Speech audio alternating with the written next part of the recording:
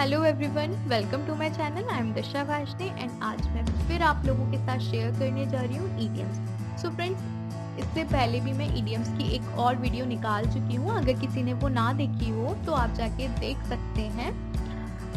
And vocabulary की भी मैं काफ़ी वीडियोस, एक्चुअली 3 वीडियोस निकाल चुकी हूँ, तो आप वो भी जाके देख सकते हैं। क्योंकि अगर आप किसी भी एग्ज़ाम की तैयारी कर रहे हो, उसमें इंग्लिश का सेक्शन ज़रूर आता है, ये सब चीज़ें ज़रूर पूछी जाती हैं। And I am very sure कि ये जो भी कंटेंट मैंने आपके साथ शेयर किया है वो कहीं ना कहीं कभी ना कभी तो आपकी लाइफ में ज़रूर काम में आएगा। तो आप एक बार चेकआउट भी कर सकते हैं। डिस्क्रिप्शन में इनके पीडीएफ डाउनलोड करने की भी लिंक अटैच है, तो आप वहाँ से इनके पीडीएफ भी डाउनलोड कर सकते हैं। अगर आपको मेरा कंटेंट हेल्पफुल लगे तो आप मुझे सब्सक्राइब भी कर सकते हैं। एंड इंस्टाग्राम पे भी आप मुझे फॉलो कर सकते हैं, फेसबुक पे भी फॉलो कर सकते हैं। नीचे सबकी लिंक्स दी हुई है, वहाँ मैं जीके के अपडेट्स करती रहती हूँ। फाइन, तो आप मुझे फॉलो कर सकते हैं। अच्छा, अब ये जो फर्स्ट ईडियम है जो मैंने अभी पिक किया है वो है to bring somebody to book. इसका क्या मतलब होता है? किसी को किसी चीज के लिए सजा दिलवाना, किसी को पनिश करना। फाइन, जैसे कि हम इसको एग्जाम्पल में कैसे यूज कर सकते हैं। It was frustrating for the victims as the police and court fail to bring anyone to book for their crime. मतलब किसी भी तरह से किसी को सजा दिलवाने के लिए हम ये ईडियम का यूज करते हैं। फाइन। अच्छा, अब ये जो नेक्स्ट ईडियम है वो है to beat about the bush. मतलब घुमा फिरा के बात करना। मतलब कोई मतलब की बात पहले ना करना, जो मेन पॉइंट है, जो मेन मुद्दा है, उसकी बात ना करके ऐसे घुमा फिरा के बात करने को हम बोलते हैं to beat about the bush. ठीक है। अब इसका क्या एग्जाम्पल होगा, मतलब इसको हम सेंटेंस में कैसे यूज करेंगे? Do not beat about the bush, get to the point. मतलब बातें मत बनाओ, सीधा काम की बात पे आओ, सीधा पॉइंट पे आओ। फाइन। तो इसको आप डेली लाइफ में भी यूज कर सकते हैं, अपने फ्रेंड सर्कल में या कैसे भी। फाइन। अच्छा, अब ये जो नेक्स्ट ईडियम मैंने जो लिया है वो है टू ब्रेक वंस हार्ट। जैसे कि आपको नाम से ही पता चल रहा है, किसी का दिल दुखाना है ना, किसी को हर्ट करने के लिए हम ये यूज करते हैं। फाइन। अच्छा, अब नेक्स्ट है, नेक्स्ट ईडियम जो हमने लिया है वो है एप्पल ऑफ डिस्कॉर्ड। यानी कि जिसको हम हिंदी में बोलते हैं फसाद की जड़। फाइन। तो बोलते हैं ना, ये ही पूरे फसाद की जड़ है। जैसे कि this pandemic has become Apple of Discord between the relations of our country with China, है ना।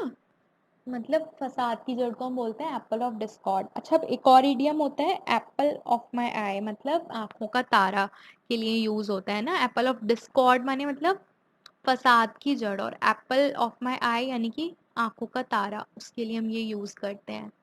ठीक है। अच्छा, अब ये है नेक्स्ट इडियम है इन ब्लैक एंड वाइट। इसका मतलब होता है कुछ लिखा हुआ या कुछ प्रिंटेड, मतलब उसको हम, उसके लिए हम यूज करते हैं ब्लैक एंड वाइट। फाइन। आप इसको एग्जाम्पल में, आप इसको सेंटेंस में इस तरह से यूज कर सकते हैं, I won't believe it until I see it in black and white. Fine. तो इस तरह से आप यूज कर सकते हैं। अच्छा, अब ये है जॉइंडिस्ड आई। इसका क्या मतलब होता है? किसी से जलना, है ना, ये किसी के बारे में बहुत ही नेगेटिव सोचना, है ना, उसको हम बोलते हैं जॉइंडिस्ड आई। जॉइंडिस बीमारी का भी नाम है। तो जैसे बीमारी क्या करती है, हमको बहुत अनकंफर्टेबल फील कर देती है, बुरा बुरा करती है। ठीक है, हमारी बॉडी के साथ बुरा करती है ना, तो आप उसी तरह से इसको रिलेट कर सकते हैं। किसी के बारे में बुरा सोचना या किसी से जलने को हम बोलते हैं जॉइंटिस्ट आई। फाइन। जैसे कि one who looks at other with a jaundiced eye can never be happy. जो दूसरों को देख के जलते हैं, है ना, दूसरों के बारे में बुरा सोचते हैं, वो कभी खुश नहीं रह सकते। बात सच भी है। कर्मा, मतलब मैं तो खैर काफी बिलीव करती हूँ कर्मा में, और ये होता भी है। अगर हम किसी से जलते हैं, किसी का बुरा करते हैं, किसी के बारे में बुरा सोचते हैं, तो हमारे साथ भी बुरा होता है। I have experienced it. आप लोगों ने भी किया होगा। और गलत भी बात होती है लोगों के बारे में बुरा सोचना। अच्छा, अब जो नेक्स्ट ईडियम है वो है इन दी ट्विंकलिंग ऑफ एन आई, मतलब बहुत ही जल्दी, है ना, वेरी रैपिडली, बहुत जल्दी। जैसे कि आप इसका सेंटेंस में इस तरह से यूज कर सकते हैं, she does calculations in the twinkling of an eye, मतलब वो बहुत ही जल्दी कैलकुलेशन कर लेती है ना, तो in the twinkling of an eye का वेरी रैपिडली, बहुत जल्दी। अच्छा, अब ये जो हमारा नेक्स्ट इडियम है वो है to wash one's hand off, मतलब किसी को मना कर देना, किसी की जिम्मेदारी लेने के लिए मना कर देना, या किसी चीज को एकदम छोड़ देना, है ना, उसको बोलते हैं टू वॉश वंस हैंड, मतलब बोलते हैं ना हाथ धोना, हाथ मतलब हाथ छोड़ देना। जैसे कि आप इसका सेंटेंस में यूज कर सकते हैं, that job did not good to me, so I wash my hand off it few months back, है ना, वो जॉब मुझे अच्छी नहीं थी तो मैंने उससे अपना पीछे छुड़ा लिया और दूसरी ज्वाइन कर ली। इस तरह से आप इसको सेंटेंस में यूज कर सकते हैं। अच्छा देखिए, अगर आप इंस्टाग्राम पे भी इस नाम से सर्च करेंगे या फेसबुक पे भी इस नाम से सर्च करेंगे तो आपको मिल जाएगा, एंड आप मुझे वहाँ पे फॉलो कर सकते हैं, क्योंकि मैं न्यूज़ और जो भी जीके अपडेट्स हैं मैं शेयर करती रहती हूँ फेसबुक पेज पे एंड इंस्टाग्राम पेज पे। अच्छा, अब जो नेक्स्ट इडियम है वो है टू मेक फन ऑफ, यानी कि किसी का मजाक उड़ाना, है ना, किसी का मजाक उड़ाने को हम बोलते हैं to make fun of. Fine. अच्छा, अब नेक्स्ट इडियम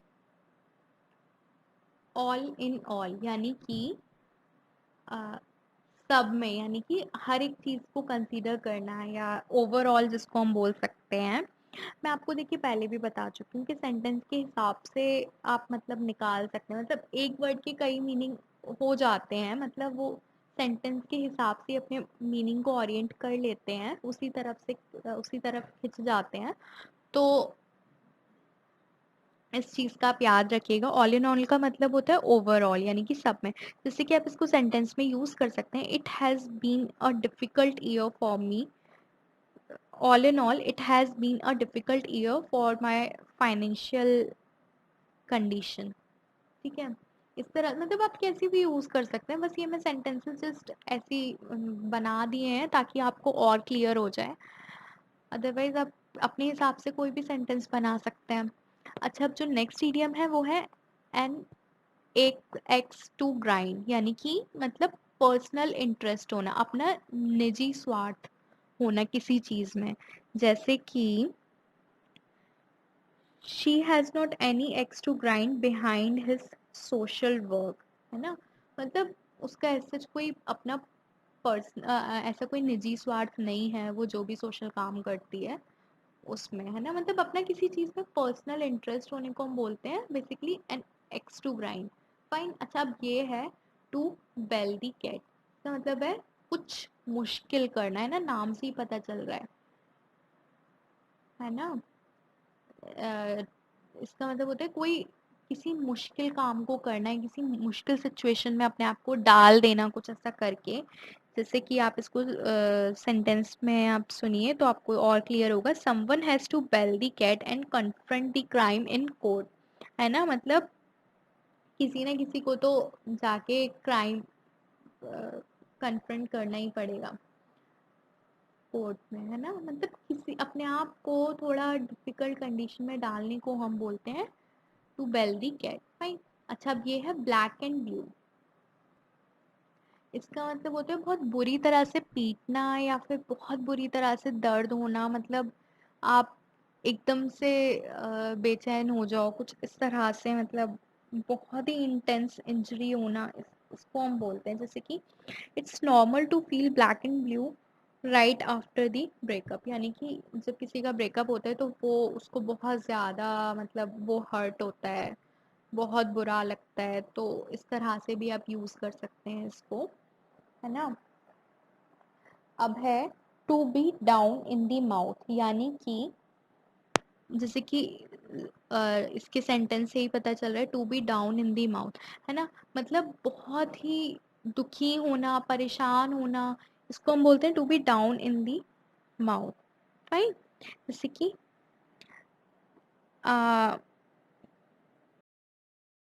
जैसे कि आप इसको यूज कर सकते हैं, are you okay, you seems quite a bit down in the mouth, है ना, इस तरह से आप इसको यूज कर सकते हैं।